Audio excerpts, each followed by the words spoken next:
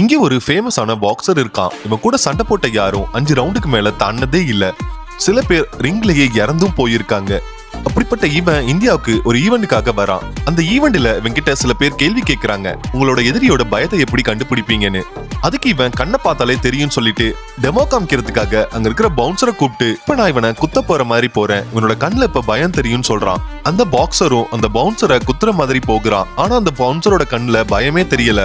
அங்க இருந்த மக்கள் எல்லாம் அதை பார்த்து சிரிக்க ஆரம்பிக்கிறாங்க. இதனால கோவமான அந்த பாக்ஸர் அந்த பவுன்சரை அடிச்சிடுறான். வலி தாங்க முடியாத அந்த பவுன்சர் அந்த பாக்ஸரை ஒரே அடியில நாக் அவுட் பண்ணிடுறான். சாதாரண ஒரு ஆள் ஒரு சாம்பியன் அடிச்சிட்டான்னு சொல்லி எல்லா நியூஸ்லயும் இது ட்ரெண்ட் ஆகுது. ஒரே நாள்ல அந்த பவுன்சர் வேர்ல்டு வைட் ஃபேமஸ் ஆகிடுறான். அதே நேரம் அந்த சாம்பியனை எல்லாரும் ட்ரோல் பண்ண ஆரம்பிச்சிடுறாங்க. இதை சரி பண்றதுக்காக அந்த சாம்பியன் அந்த பவுன்சரோட வீடு தேடி போய் அவனை சண்டைக்கு கூப்பிடுறான். அந்த சண்டையில ஜெயிச்சா $1 மில்லியன் அமெரிக்க பிரைஸா தரேன்னு சொல்றான். ஆனா அந்த பவுன்சரோ பயத்துல முடியாதுன்னு சொல்லிடுறான். அந்த வீடியோ பார்த்த ஒரு பாக்ஸிங் கோச்சோ அந்த பவுன்சரோட மூவை பார்த்து, இவன் ஒரு நார்மல் பர்சன் கிடையாது, கண்டிப்பா ஒரு ட்ரெயின்ட் ஆளா தான் இருக்கணும்னு சொல்றாரு. சின்ன வயசுல அந்த பவுன்சரோ காசுக்காக சண்டை போடுறவனா இருந்திருப்பான். அங்க நடந்த சண்டையில எதுலயுமே இவன் தோத்துருக்க மாட்டான். அப்படிப்பட்ட இவனை ஒரு நேஷனல் சாம்பியன் அடிச்சு தோக்கடிச்சிடுறான். அந்த கோபத்துல இவன் அந்த சாம்பியனை அடிச்சிடுறான். அதுல அவனோட கண்ணு போயிடுது.